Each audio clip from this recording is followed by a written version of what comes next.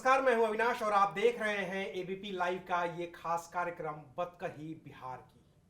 और बिहार की बतकही में बात आज होगी भोजपुरी के उन स्टार्स की जिनके बिना शायद कोई भी राजनीतिक दल अपनी सियासी हैसियत उतनी मजबूत नहीं रख पाता है जितनी उसके कार्यकर्ता उससे अपेक्षा करते हैं। शायद यही वजह है कि पवन सिंह, जिन्हें लोकसभा चुनाव में पश्चिम बंगाल से टिकट दिया गया था, फिर उनका टिकट काटा गया था, फिर वो काराकाट से एनडीए के उम्मीदवार उपेंद्र कुशवाहा के खिलाफ निर्दलीय लड़े और इन सारी कवायदों के बावजूद पवन सिंह फिलवक्त भारतीय जनता पार्टी में हैं। और ये मैं नहीं कह रहा, ये भारतीय जनता पार्टी के कद्दावर नेता कह रहे हैं, क्योंकि पवन सिंह ने अब अमित शाह से भी मुलाकात कर ली है, विनोद तावड़े से भी मुलाकात कर ली है और पवन सिंह ने सबके साथ फोटो खिंचाकर ये जाहिर कर दिया है कि अब वो बीजेपी में ही रहेंगे। तो क्या पवन सिंह के आने से शाहाबाद इलाके का जो पूरा गणित है वो बदल जाएगा? क्या पवन सिंह इतनी मजबूत स्थिति में हैं कि वो शाहाबाद के इलाके के वोटरों को बीजेपी के लिए प्रभावित कर पाएंगे, या फिर उनका पावर स्टार जो है वो रियल ना होकर के सिर्फ रील तक ही महदूद रह जाएगा? इन्हीं सब बातों पर आज बातचीत करेंगे बतकही बिहार के इस खास एपिसोड में। और हमारे साथ दो पुराने मेहमानों के साथ एक नए मेहमान राजेश जी जुड़ चुके हैं। तो राजेश जी, शुरू यहीं से करते हैं जी। हमने देखा 2024 के लोकसभा चुनाव में पवन सिंह के साथ क्या हुआ। जिम में बैठे हैं, उनके पास एक मैसेज आता है, फिर वो नाचते गाते हंसते खेलते, उनको लगता है टिकट मिल गया। बंगाल के फिर एक गाने की बात होती है, टिकट कटता है, काराकाट आते हैं, खुद हारते हैं, उपेंद्र कुशवाहा को हराते हैं और राजाराम वहां से जीत जाते हैं। अब आए हैं ये पवन सिंह, क्या कुछ बना पाएंगे बीजेपी के लिए? देखिए, पवन सिंह की जब बात करें पॉलिटिकल एक तरीके से पावर की, तो अंडर एस्टिमेट आप इसलिए नहीं कर सकते क्योंकि जिस तरीके से सिनेमाई जो आपने कहा करिश्मे की बात की है, तो राजनीति में पावर 2024 में उन्होंने दिखा दिया। जब आसनसोल से जिस भी वजह से वो बैक आए, काराकाट से निर्दलीय चुनाव लड़े और एनडीए के खिलाफ न सिर्फ उपेंद्र कुशवाहा हारे बल्कि आसपास की जो सीटें हैं वहाँ पर एनडीए को करारी शिकस्त का सामना करना पड़ा। उन सीटों पर जो महागठबंधन के उम्मीदवार जीते। एग्जैक्टली।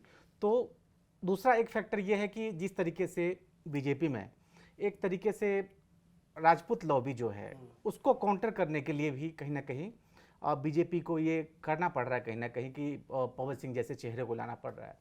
मैं काउंटर की बात कर रहा हूँ इसीलिए क्योंकि आप देखिए आरके सिंह है या फिर जो इससे पहले सिविल एविएशन मिनिस्टर रहे हैं उनकी बात कर रहा हूँ, राजीव प्रताप रूडी की।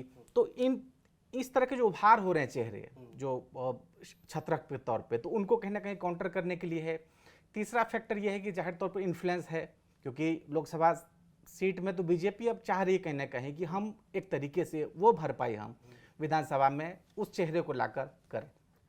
शकील जी, इम्पैक्ट क्रिएट होगा क्योंकि शाहाबाद की चारों सीटें बीजेपी 2024 में हार गई। बक्सर वो सीट हार गई, सासाराम वो सीट हार गई, काराकाट वो सीट हार गई और आरा की सीट हार गई। आरा का दावर आरके सिंह खुद हार गए, सुदामा प्रसाद वहां पे जीत गए, बक्सर से सुधाकर सिंह जीत गए। ये क्या पवन इम्पैक्ट था क्या, और क्या ये काउंटर इम्पैक्ट होगा या पवन सिंह के आने से? देखिए, इसमें तो कोई दो राय नहीं है कि पवन सिंह कम से कम भोजपुरी बेल्ट में और बिहार के युवाओं में एक खास पहचान तो रखते हैं, इसको दरकिनार नहीं किया जा सकता है।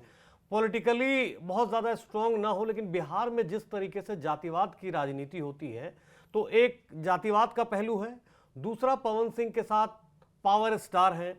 युवाओं में, खास के भोजपुरी सुनने वाले युवाओं में एक अलग सा क्रेज है। लेकिन बीजेपी के लिए ये बहुत कड़ा चना है इस सेंस में कि पवन सिंह एक ऐसा नाम है जो विवादों से चोली दामन का साथ था। उनकी जिंदगी विवाद की रही है, निजी जिंदगी विवाद की रही है, उनका स्टेज शो विवाद का रहा है। पहली पत्नी अंजलि की मौत का मामला हो नीलम सिंह का, दूसरी पत्नी ज्योति का मामला हो, और अभी मंच पर जो अंजलि राघव का कंट्रोवर्सी हो, वो राघव कंट्रोवर्सी। अब ये छेड़खानी का मामला आया है, पवन सिंह की तस्वीर अमित शाह और जेपी नड्डा के साथ वायरल होते ही वो सारे गैंग सक्रिय हो गए हैं जो पवन सिंह को टारगेट करते हैं। ये कहा जा रहा है, नेहा सिंह राठौर बहुत चर्चित हैं और तमाम चुनाव में एक्टिव रहती हैं। नेहा सिंह राठौर ने 2 तस्वीरें लगाई है, एक तरफ उनकी जेपी नड्डा और अमित शाह से मुलाकात की तस्वीर और दूसरी अंजलि राघव की, और साथ में लिखा है कि बीजेपी में आने के लिए योग्यता होनी चाहिए। मतलब ये कि सीधे सीधे घेराव शुरू हो गया है। अच्छा, दूसरी बात, एक और पहलू है इसमें, पवन सिंह ने शायद बीजेपी के साथ जाना अपना सेफ चुना होगा। हमारे एक सहयोगी के साथ इंटरव्यू अभी हुआ था किसले गौरव के साथ, तेज प्रताप यादव का, शायद आप लोगों ने भी सुना होगा। तेज प्रताप यादव ने बहुत ही नाराजगी भरे लहजे में पवन सिंह के बारे में बोला था कि पवन तो मेरे पैर पे गिरा हुआ था, लेट गया था। हाँ। अब पवन सिंह को यह भी हो सकता है कि भाई बिहार में रहना है तो बिहार में बिना पावर सेंटर के रह नहीं सकते हैं, क्योंकि जिस तरीके की आरजेडी और तेज प्रताप यादव की और तमाम उनके जो है विरोधियों की जो छवि रही है, उस लिहाज से पवन सिंह को लगा कि चुनाव का मौका है, एक सेफ जगह चुन जगह चाहिए।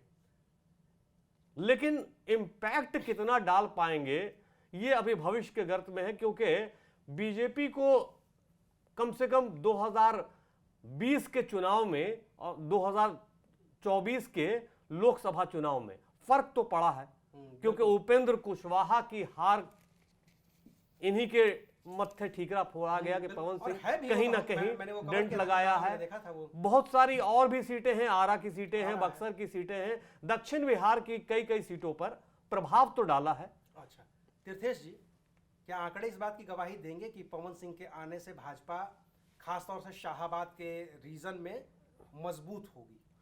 तो मैं इस पर है ना अविनाश कास्ट एंगल से बताता हूँ। पहले जो क्या 2024 में जब लोकसभा चुनाव हुआ था और एनडीए के हार की वजह भी एक थी जो 4 सीट्स का मेंशन करना है। आरजेडी ने यादव मुस्लिम के साथ कुशवाहा समीकरण स्थापित किया था और वहाँ क्या हुआ, पवन सिंह खड़े हुए तो ये जो राजपूत वोट्स स्प्लिट कर गए।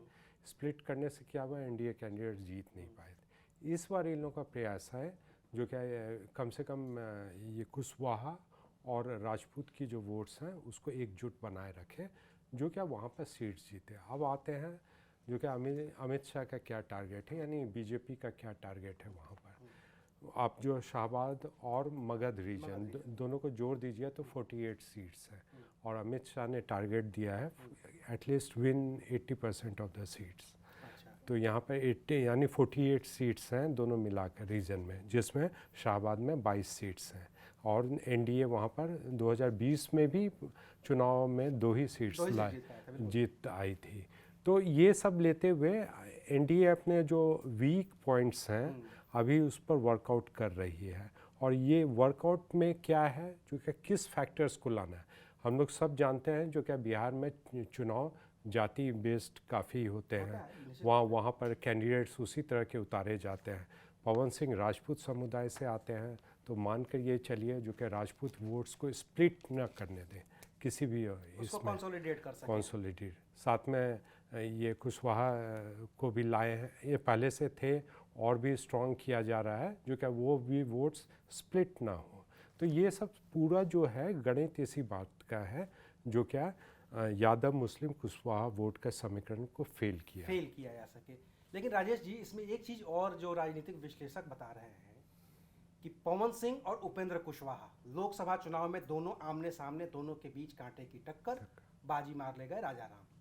उपेंद्र कुशवाहा के गले लगते हैं पवन सिंह, वो फोटो आती है और पवन सिंह खुद उस बात को ट्वीट भी करते हैं, कहते हैं जातिगत राजनीति का करने वालों को ये देखना चाहिए, ये करना चाहिए, वो चुभेगी ये तस्वीर।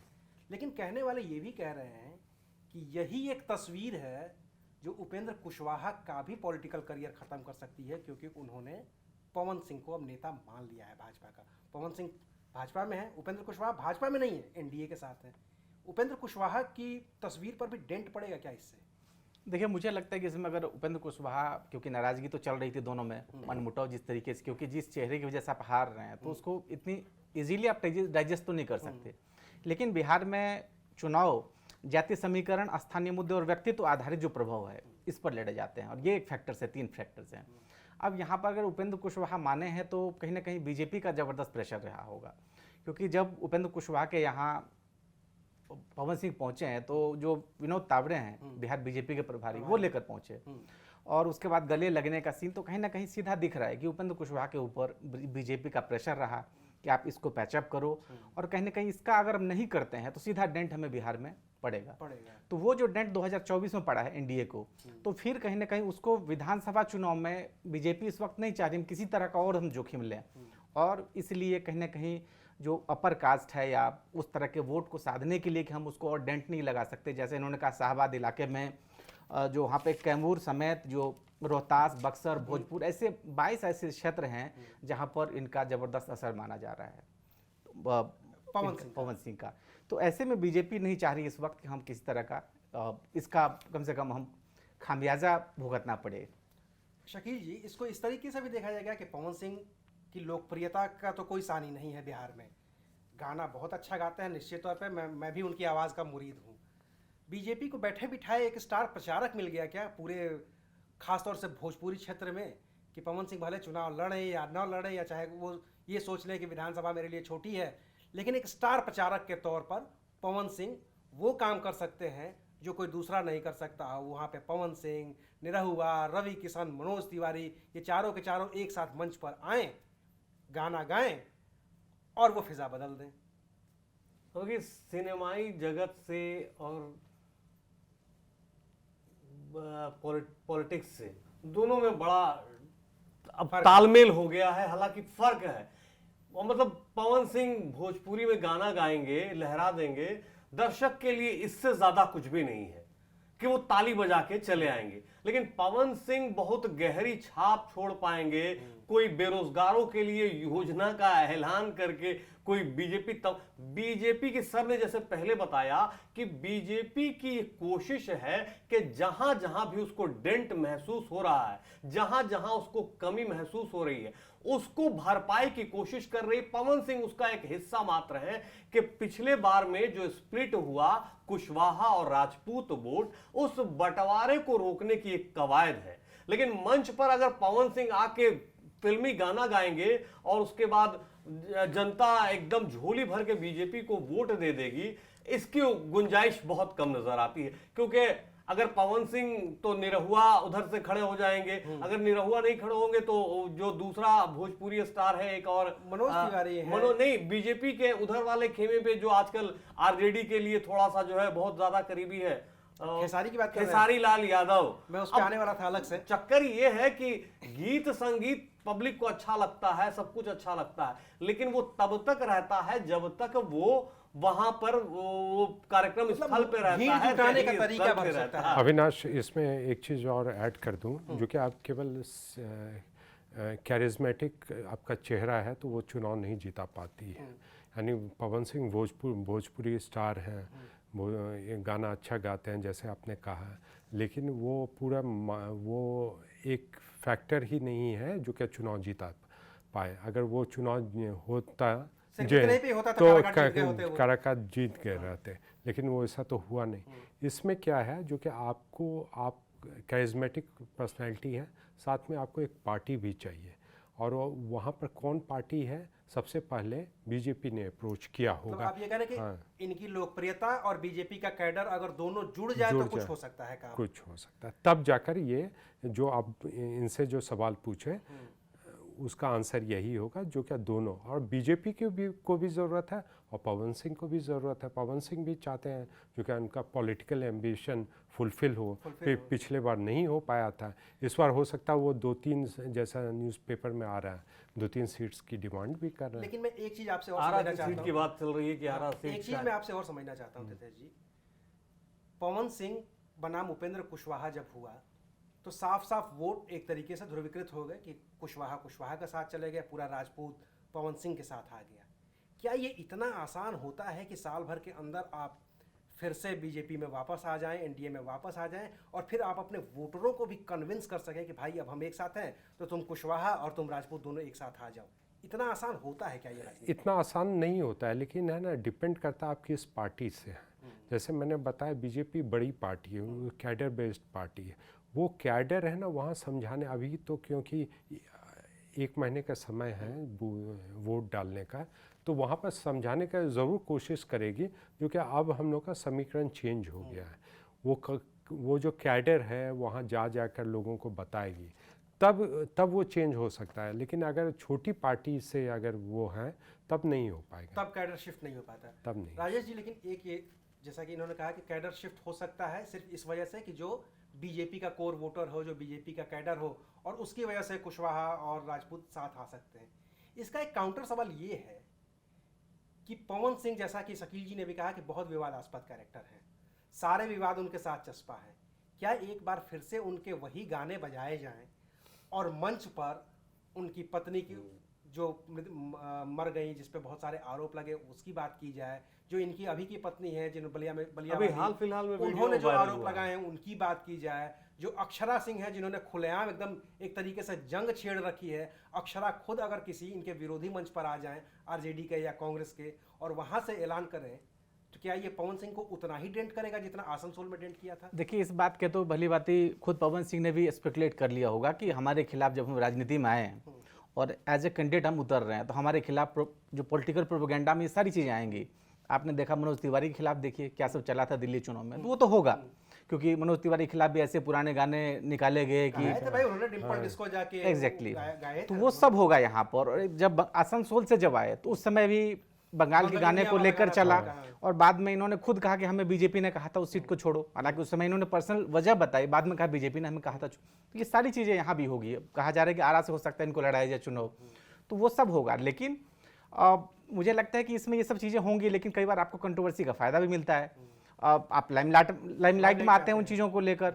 और दूसरा एक और चीज़ मैं जो इनको एक उन चीज़ों से काउंटर करना चाहूँगा कि इन्होंने कहा कि मनोज तिवारी या फिर पवन सिंह इस तरह के जब कोई पर्सनैलिटी हैं तो उसका जब आप मंच पे भीड़ तो लाते हैं लेकिन इम्पैक्ट नहीं होता। तो मैं उसको डिफरेंशिएट इसीलिए करना चाहूँगा कि अगर नहीं होता तो काराकाट में जब लड़े तो मुझे अच्छे खासा वोट लाए हैं, तो इसलिए आप डिनाई नहीं कर सकते कि इन्फ्लुएंस नहीं है। अगर उसके पीछे किसी की बैकिंग होती, चाहे वो महागठबंधन से लड़ रहे होते, तो मुझे लगता है सॉलिड निकाल लेते वो, क्योंकि एक तो पार्टी कैडर का वोट इनफैक्ट मिलता है। मैं यही बात बोला जो क्या है एक पार्टी की जरूरत होती है, बड़ी पार्टी जो कार्डर विनिंग बेस्ड, मार्जिन है वो आपके पार्टी का कैडर आपको यानी सपोर्ट कर देता है। यानी पॉलिटिक्स प्लस सिनेमा दोनों मतलब जुड़ ये जाए उनका तभी अपना- जीत सकती, अपने दम पर नहीं। जी, एक और फैक्टर ये है कि यहाँ बीजेपी में अगर देखें भोजपुरी कलाकार के, तो मनोज तिवारी ऑलरेडी एस्टेब्लिश हैं, उसके बाद रवि किशन एस्टेब्लिश हैं, एक तीसरे हैं जो उपचुनाव के जरिए संसद में आए लेकिन फिर उसके बाद चुनाव हार गए थे,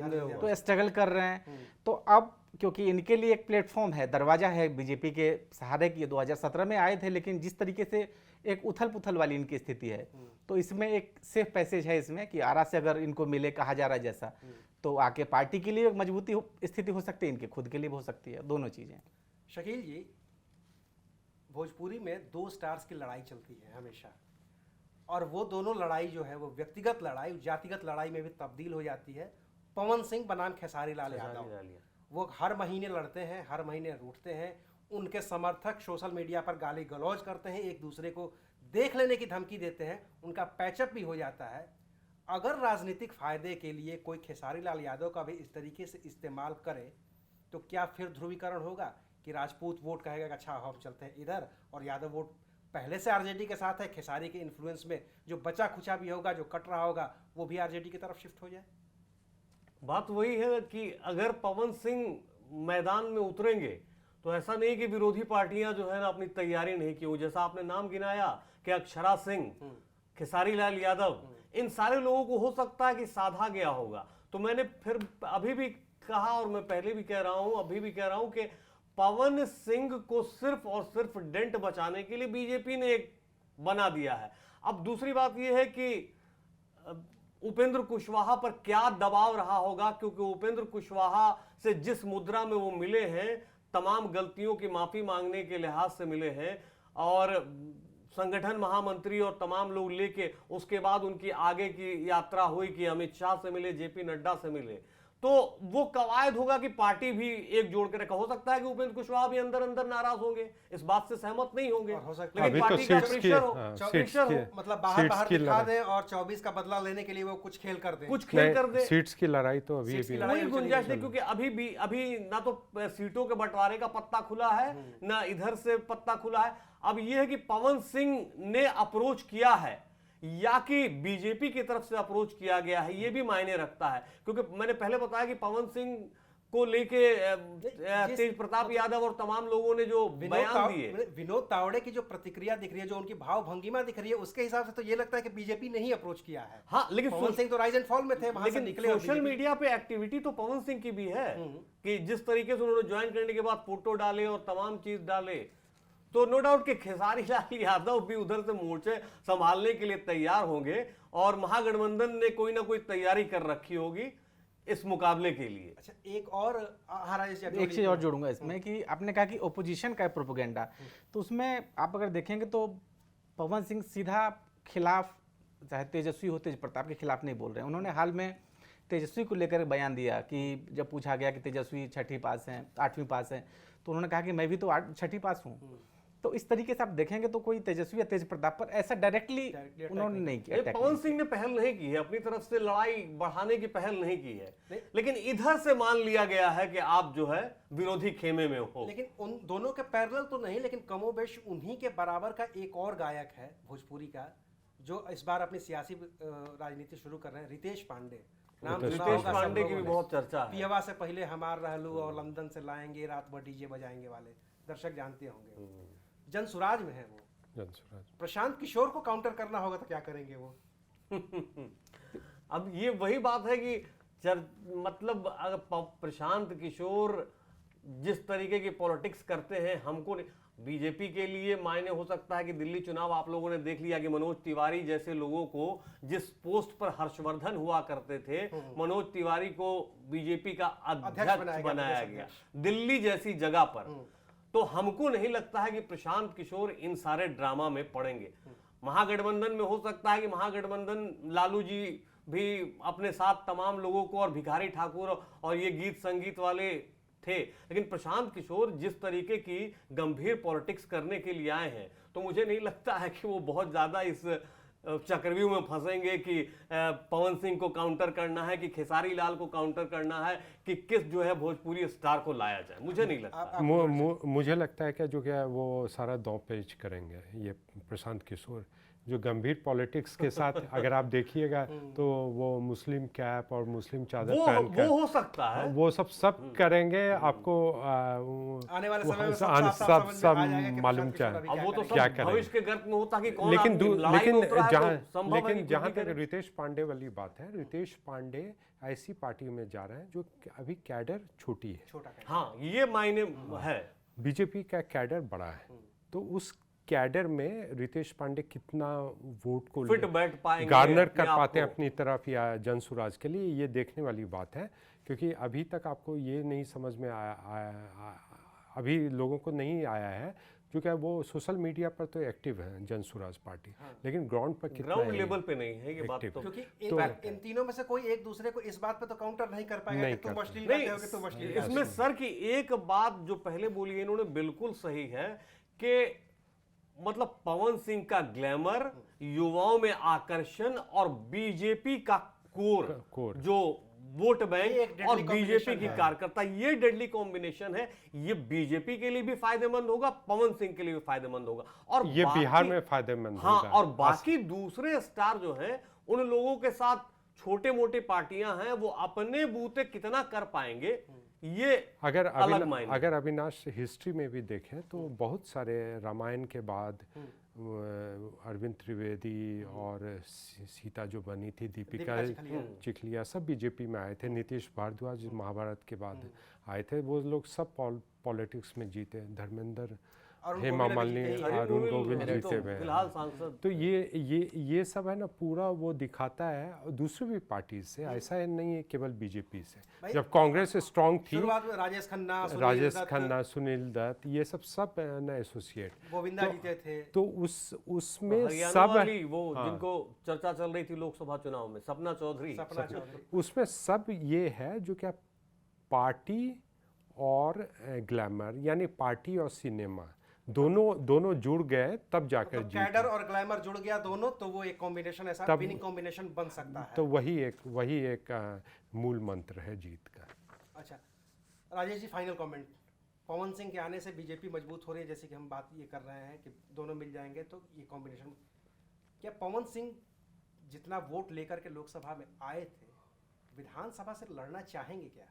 सिर्फ विधानसभा देखिए, मुझे लगता है कि पवन सिंह को अभी एक पार्टी के सपोर्ट की ज़रूरत है, एक अपना एक एग्जिस्टिंग राजनीति में चाह रहे बनाना, तो उसमें अगर उनको विधानसभा से टिकट मिल रहा है, जैसा कि लगातार चल भी रही है खबरें कि वो आरा चाह रहे हैं, लोकसभा भी चाह रहे थे आरा, तो अब लोकसभा तो अब फिलहाल बहुत दूर है, तो उनके लिए फिलहाल ये एक सेफ प्लेटफॉर्म है, पैसेज है, और उनको ये भांप भी चुके होंगे कि एनडीए एक बार वापसी हो रही है यहाँ पर, तो उसमें उनके लिए माकूल भी है कि वो एक उस पार्टी से अपना दांव खेलें जहाँ एक मजबूत स्थिति उनकी हो।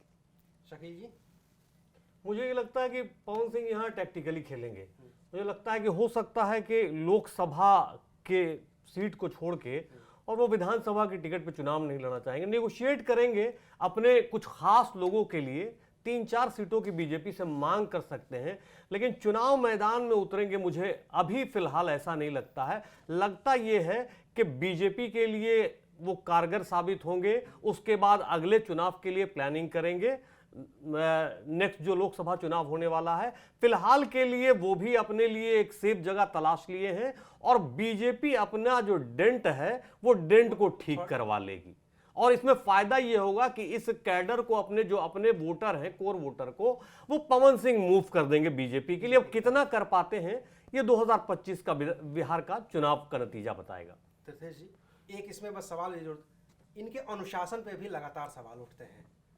पवन सिंह मंच सिंह से के वो सारे बरकरार विवादों रखेंगे के अलावा भी जो इनका अनुशासन है, सुबह कितने बजे उठना है, कब निकलना है, कब रैली है, नहीं है, किससे मिलना है, समय बुला के ऊपर आकर के किसी को बुला लिया, फिर उससे मिले नहीं, पत्रकारों को बुला लिया, इंटरव्यू नहीं दिया, प्रेस कॉन्फ्रेंस नहीं की, इस तमाम अनुशासन पे इनके सवाल लगातार उठते हैं, और बीजेपी अनुशासित कार्यकर्ताओं की पार्टी मानी जाती है। इसमें पवन सिंह सामंजस्य बिठा पाएंगे क्या? करना पड़ेगा, क्योंकि अगर बीजेपी फ़ोन अगर यहाँ से जाए पार्टी हेडक्वार्टर्स से उच्च नेताओं के, तो पवन सिंह को भी करना पड़ेगा, जिस तरह अभी वो पार्टी ज्वाइन, खुद बोले पार्टी ज्वाइन किए हैं। दूसरी बात ये है, जो कि ये सब सारा मुद्दा है ना, जब वोट करने जाते हैं मायने नहीं रखता है, मायने आपका कास्ट रखता है, मायने कुछ अगर काम किए हैं, मायने आपके जो गाना गाए हैं उस छवि में तो वो फिट कर रहा है क्या नहीं, और साथ में आपका कैडर मोबिलाइजेशन कितना हुआ है। दूसरी बात जो क्या वो विधानसभा या लोकसभा बहुत ज़्यादा मायने नहीं रखता है। विधानसभा सीट लेकर नेचुरल प्रोग्रेशन जो है लोकसभा सीट होता है, तो आप विधानसभा का टिकट ले लीजिए, 5-4 साल के बाद लोकसभा का चुनाव लड़ लीजिए। आप ये भी बता सकते हैं मैंने विधानसभा लड़ा है तो अब हम मुझे लोकसभा दे दीजिए। यानी अगर आप विधानसभा में अच्छा परफॉर्म किए, मिनिस्टर बन गए, तो आपका वो आइसिंग ऑन द केक हो गया, तो वो आप लोकसभा में भी जा सकते हैं। तो ये ऐसा नहीं है जो क्या लोकसभा विधानसभा, किसी भी चीज़ में आपको एक डेब्यू चाहिए, और वो डेब्यू बीजेपी अगर विधानसभा में दे रही है और सारा समीकरण बैठ रहा है, तो वो अगर हो गया तो आगे भी नेचुरल प्रोग्रेशन होगा नेता बनने की ओर। चलिए, तो पवन सिंह फिलहाल आगे बढ़ रहे हैं नेता बनने की ओर, और हो सकता है कि भारतीय जनता पार्टी उन्हें टिकट भी दे दे, उन्हें उम्मीदवार बना दे। जीत हार का फैसला बिहार की जनता को करना है, और जब जनता फैसला करेगी तभी ये भी फैसला करेगी कि पवन सिंह सिर्फ अपनी सीट पर ही कुछ कर पाते हैं, या फिर वो भारतीय जनता पार्टी के लिए वो काम कर पाते हैं जिसके लिए केंद्र से उन्हें भारतीय जनता पार्टी में शामिल करवाया गया है। कल फिर मिलेंगे एक नई बतकही के साथ, एक नए एपिसोड के साथ। तब तक देखते रहिए एबीपी लाइव।